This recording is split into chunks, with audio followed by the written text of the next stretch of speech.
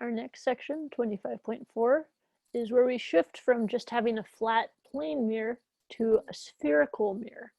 So for a spherical mirror, we're first going to imagine a sphere, like one shown here, right? And at the very center of this, we could imagine there is a point C, right? It's not very clearly drawn there, but that's inside of it. And then at any point to the surface is the radius R. And so if we imagine breaking off a chunk of this spherical mirror, then if we polish the inside of it, that inner part, then it becomes a concave mirror, right? Where it's caving in towards the inside. And so if that side is polished, then when the light ray comes, it reflects it inward.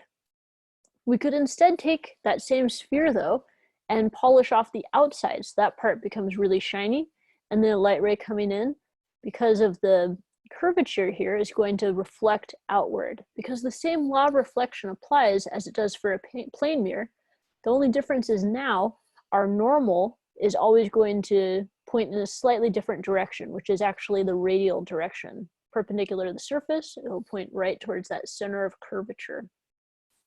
And that's an important note here, is that C is the center of curvature, and so it's always the radial distance away from the mirror itself. Wherever you go, the mirror will be a distance R away from the center of curvature. Another key detail is that the principal axis is a straight line that's drawn through the center of curvature, C, and the midpoint of the mirror, whatever segment of the mirror that we have here. So that's something that we always draw in as our principal axis, and then we'll often draw in our C as well as our radius R.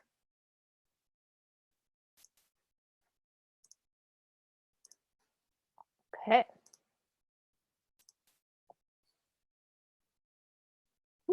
There we go. Yeah, sorry, skipped ahead there. So if we imagine some object like a tree, where a point on the tree is very close to this principal axis that we've drawn in, and here we have a concave mirror, so caving inward, so that rays that from this point near the principal axis will reflect off of the concave mirror and reflect inward to a point known as the image point.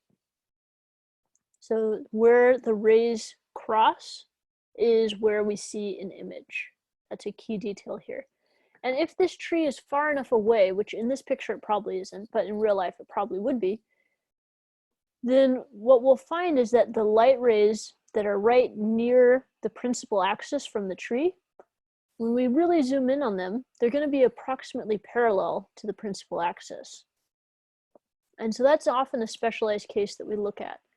If you have light rays near the principal axis that are parallel to it, then when they reflect off of the concave mirror, they will always converge at the focal point. So light rays parallel coming in, reflect off of it, and they intersect at this point F, which is known as the focal point. The focal length is the distance between this focal point and the mirror. So capital F is a particular point in space, little f is a distance, a focal length. Just as capital C is a point in space, capital R is a distance, the radius. Right, and what you can show is that the focal point of a concave mirror is exactly halfway between the center of curvature of the mirror and the mirror itself at B. So in mathy terms, that means that the focal length, little f, is 1/2 of the radius, capital R.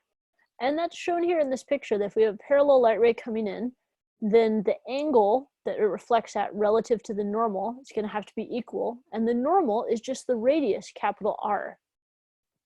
So if these two angles are equal, then F is going to have to be half as far from C as from point B. And that comes from the fact that the angle theta over here will be the same. So it all works out that it's exactly half the radius. And you can take this end result and run with it. It's a great one to hold on to. Now, this is a bit of an aside. It's not too critical to our understanding, but it's just good for real-life application. We say that rays that are close to the principal axis are paraxial rays, and that's typically what we're going to deal with in problems. Realistically, it's what you're going to focus on. If you have any light rays that are far from the principal axis, it turns out these ones, even if they're parallel, aren't going to converge to a single point. They won't quite reach the focal point F. So the fact that a spherical mirror does not bring all parallel rays to a single point is known as spherical aberration. And it's something that's taken into account if you're constructing a telescope using mirrors. That at some point, if your light rays are too wide, then you're going to get this slight fuzziness or spherical aberration there. That's a common challenge to overcome. Finally, another application besides telescopes, which are also really cool, is solar energy. That there are these pipes that are filled with oil, and then there are these huge spherical mirrors that take parallel light rays in from the sun, because the sun is very far away compared to the mirror itself.